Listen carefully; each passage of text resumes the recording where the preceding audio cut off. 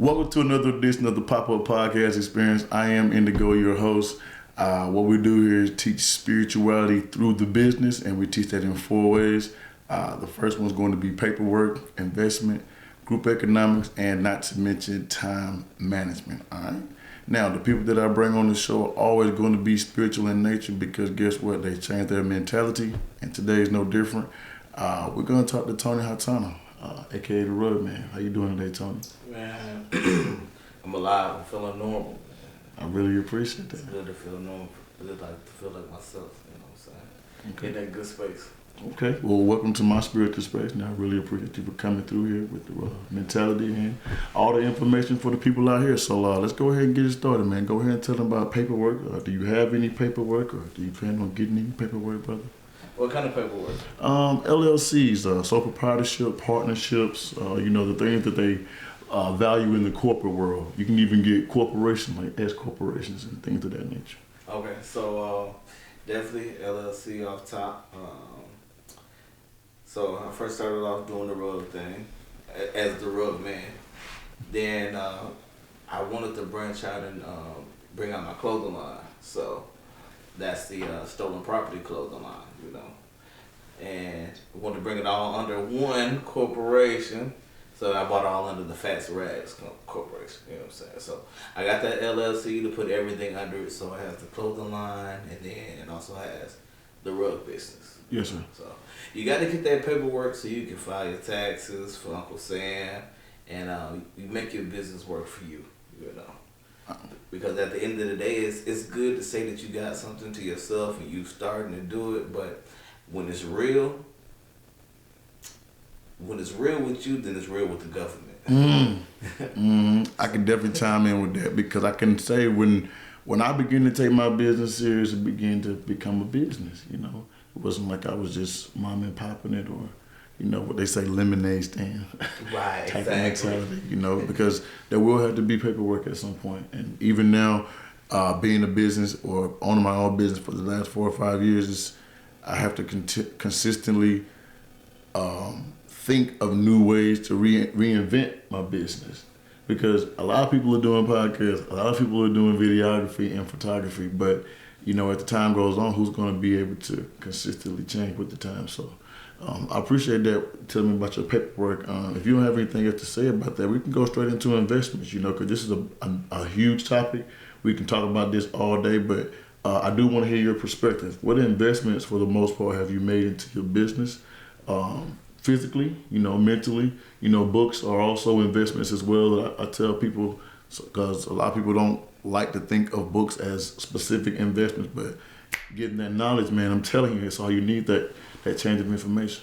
Right, exactly. So, of course, your biggest investment is yourself, some people, they hear people say that and they're like, okay, that don't make sense because that doesn't make me money. But if you're not making yourself money, then who is? Nike, they had to put something out themselves in order for somebody to be able to buy it. Correct. Louis, Gucci, everybody, they put something into themselves in order for you to be able to buy something. So you need to first invest in yourself. It's been a quote going around. I forgot who was saying it, but it was Ice Cube. He was saying, you need to be willing to put in 4 or 5 years and not be willing to make $1. You know what I'm saying? It's gonna happen. And for me, I would like to say it the same way, but just a little bit different. Is if you feel like it's too much for you, then you shouldn't be doing it. If you feel like, oh man, I really don't want to go and do this, that's not what you need to be doing. You know what I'm saying? That's not a good investment for your profit, because you're the one that you're putting your time and your energy in, So first you need to invest in yourself. Better yourself, when it comes to it all. And invest in your time, We talk about how many hours it is in a day, how many hours it is in a week, When you actually go down and you look, you got about 186 hours in a week. I think it's 197. How much? I think it's like 197. 197, okay. And we actually break it down, and you see exactly what you've been doing with your time, you'll see that you've been lacking. I'm trying to tell you, man. You've been lacking. When you just look at like time that you spend in the car, time that you spend on the toilet every morning, time that you spend making your food and stuff like that, and you look at the time, the gray hours. You know, what was I doing during that hour? I was just sitting in the car before I went into the house. What were you doing when you were in the house? I was scrolling. You know. I've been sitting on the toilet for an hour. What was I doing during that hour? I was scrolling. You know, and instead you can invest those hours into something that's helping you out financially, spiritually, you know, or to your health. So you have to invest in yourself. Definitely. I like that. For me, personally, to chime in, a lot of people have heard my story, and if you've been watching the podcast, you already know how I've been investing in myself. But lately, and I can say currently, I have invested in myself by trusting in other people and being around other people. I still haven't fully invested in trusting in people. I can say that openly, and trusting in people around me with the equipment that I have, I guess, and with specific projects. But I have begun to get into the space now of actually trusting people to have better ideas than me and to embrace the ideas, because I'm like, dang, that's some information that I didn't know. And guess what? If I get them to help me, it can be that much better. Wow. So now, I'd definitely like to give a big shout out to Sound on the Hill. That's a group of people that I've actually been able to get in contact with as I've come back here in the Alabama space to straight entrepreneurship. And when I left Nebraska, that's what I was around, entrepreneurs. So to come back home and be around entrepreneurs again is huge. But let's talk about. So when you think about one more on the investment, when you think about an investment, like what actually is an investment? You know, you putting. You want a book definition, or you want specifically? A book definition. Well, a book definition is going to say for the greater gain. You know. Whether it's a loss or a win. You going in with the hopes of. Yeah, I can say that. But when we normally or typically think investment, we think positive. You know, we think it's something that's going to be short or long term, going to be positive gain. But you also think negative, don't you? Well, you have to if you know the mentality of duality, because you can't have good without the bad. Okay. Mm-hmm. So that's like a big quote that I actually got it from a video game. It says, "Expect nothing and assume the worst." Mm-hmm. Expect nothing and assume the worst. Okay. I like people it. say that's a bad mentality to go into something with. But if you expect nothing from it and you assume the worst, then what can you lose? What can you lose? I've never really had that mentality either, so I really wouldn't even know how to think like that. Because me thinking in a negative space is still kind of tough for me to do, like all the way negative, like thinking like what's the worst. That's not a negative space. I understand, but to actually think the worst, like to actually possess that. Thought. If it was a lemonade stand, we're going out here. We're just gonna go out here. We like making lemonade. We're gonna go out here. We're gonna sell lemonade. Okay, we might sell some. We might not. The worst that could happen is we don't sell any lemonade. But guess what? We still sold lemonade. We still made lemonade. Right. Okay. Okay. So you go in it with that, then it's like the worst thing that can happen is you just don't sell lemonade. Okay. But you still made lemonade because you wanted to make lemonade and you had it out there to offer. You still put yourself. And you still got a business. Right. So anything from that, it just automatically goes up. Hey, I ain't got no arguments against that. All right.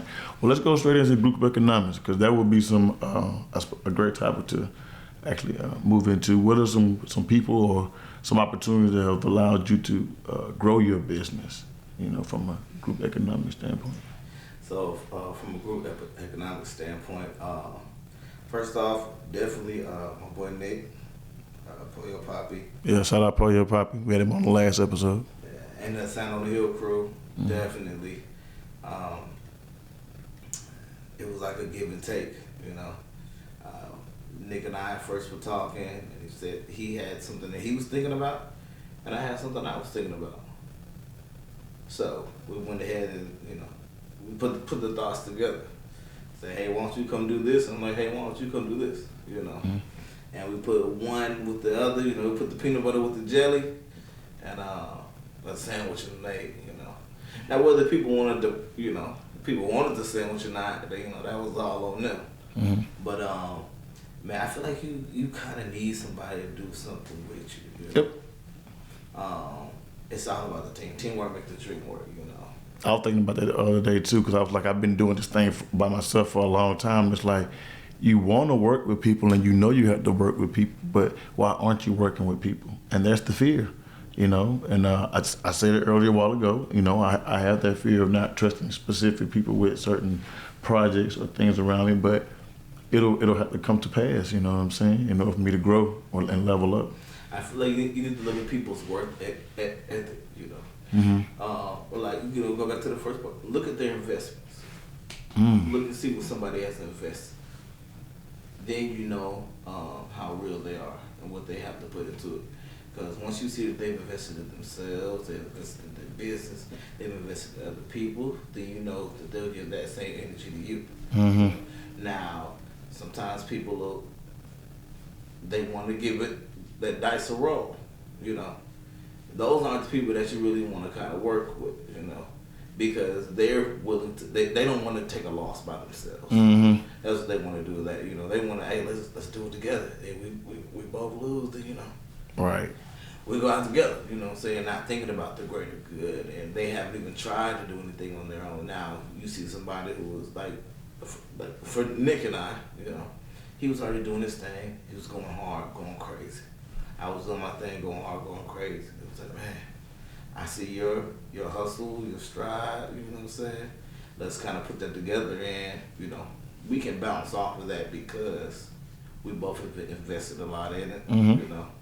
And both of our mindsets, are kind of the same. So, Well, give me something earlier in life, because this can't be your first endeavor with the entrepreneurship. Is there anything early in your life you think that you had people like maybe a family member or a mentor or something like that who gave you some information or passed something along to you?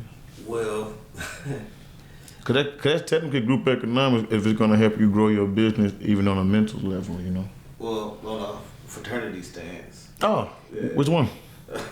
Mega Psi Phi Fraternity Incorporated. That bud said he'll cute. I ain't mad at you, boy. It was. Give them the hugs, man. Stop playing.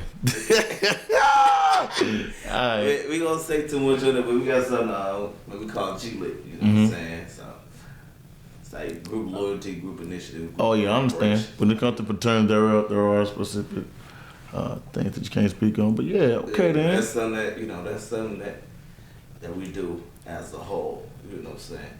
And one thing is, a body can't work dismembered. Ooh. So it needs the head and the hands and the feet and the leg and the organs. Exactly. Yeah. If everybody out of place, how can you be in line? So those early stages of that kind of taught me how to work well with others. Yeah, that's a team right there in itself. You played any sports growing up or anything? Yeah, so I played football a good decade plus. Another form of group economics, brother. I didn't mean to cut you off, but that's group economics, and even like working with people.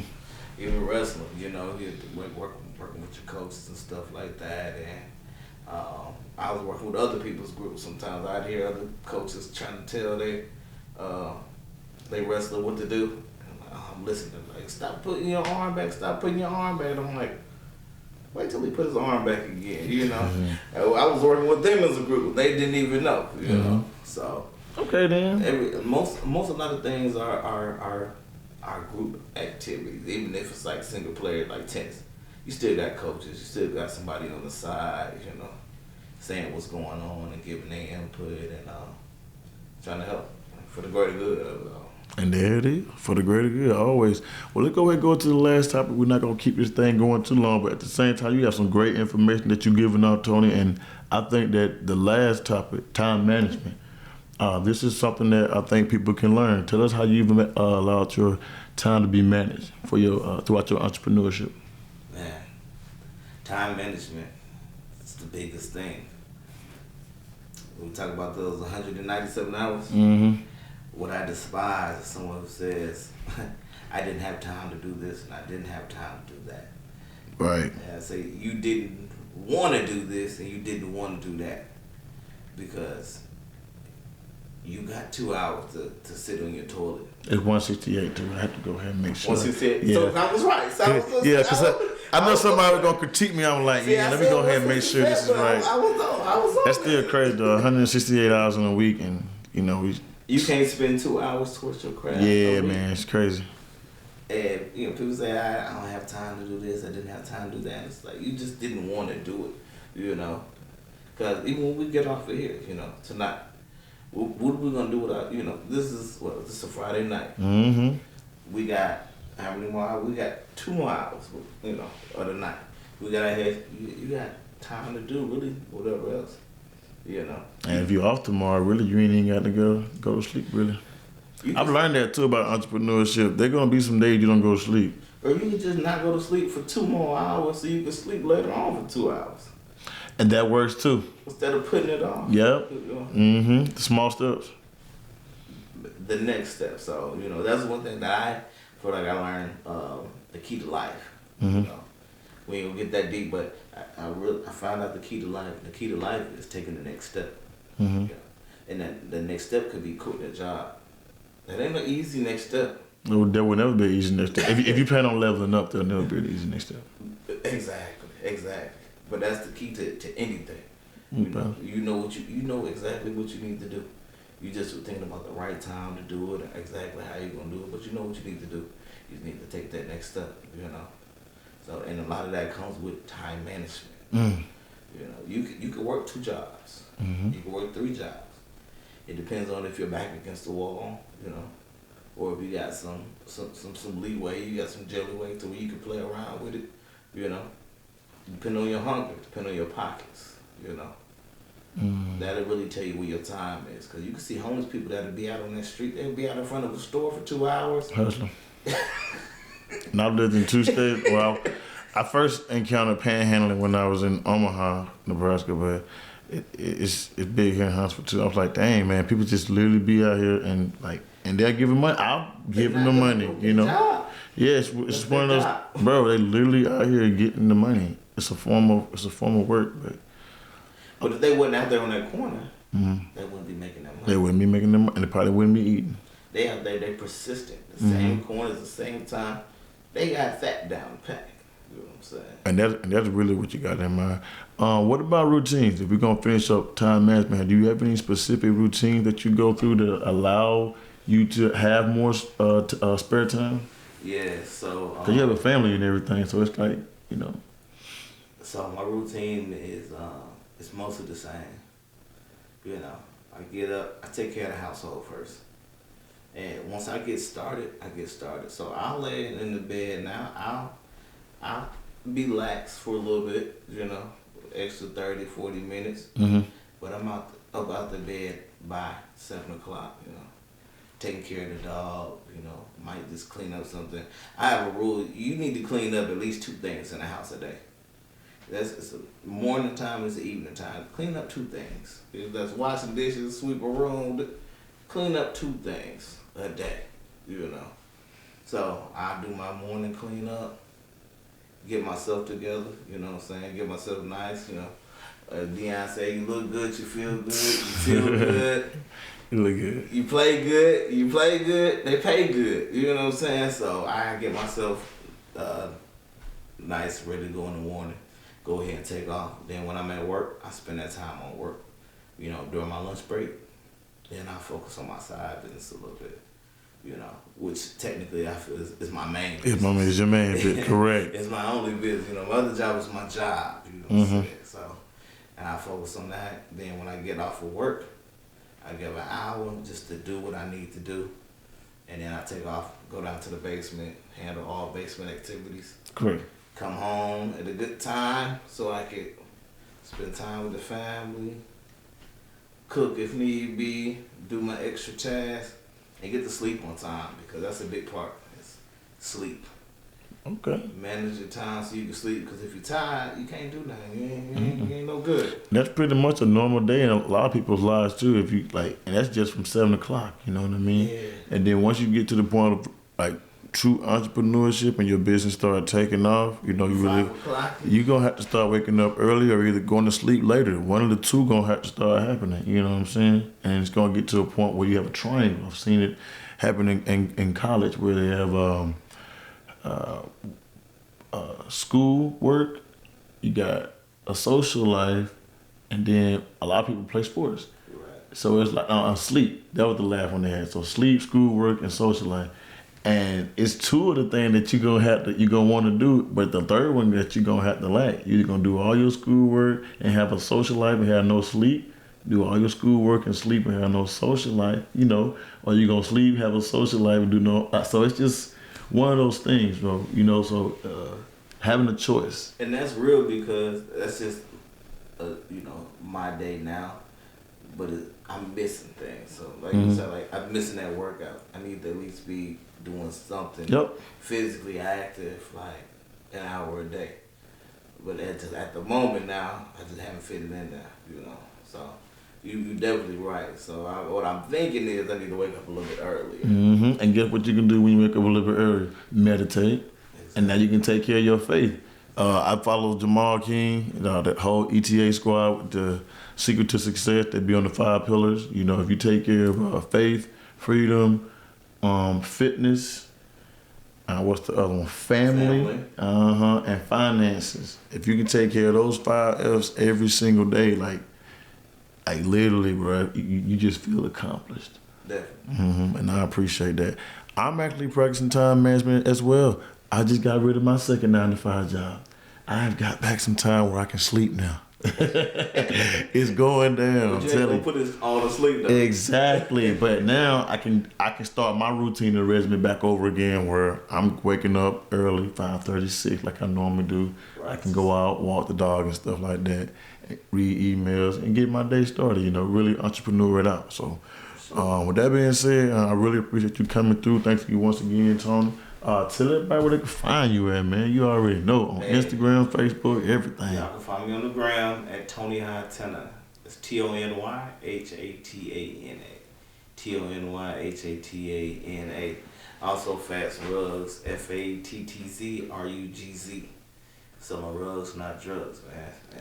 Make sure y'all come downtown Huntsville. Come to the Basement Boys Art Gallery. Book you a little sip and paint, a little touch and sip. That's right, the Basement Boys. I had Nick on the first episode. The second episode I have Tony. Yeah, listen, I'm the other half. The basement is cracking. Where they can find that at? Man, you can find us at The Basement Boys on Instagram. Or just go to Tony Hatana and you can get it in the bio. But it also is The Basement Boys on Instagram. That's with a Z. Oh, man. That's what I'm talking about. You already know who I am, man. Indigo. IndigoKid87.com is the website. I really appreciate y'all for just supporting, you know, being around, listening to the information. You know, we always bring that spirituality through the business here. You can also hit me up at IndigoKid87 on all platforms, all right? You want my personal page on Instagram? I'm sorry, it's going to be at Conscious Matter 1987, all right? Y'all stay blessed, all right? Tune in, stay tuned for the next episode because, you know, we're always going to be bringing that spirituality through the business. All right? I am Indigo, my boy Tony. I appreciate you for coming through, brother. Y'all stay blessed, man. You know what time it is. Until next time, peace.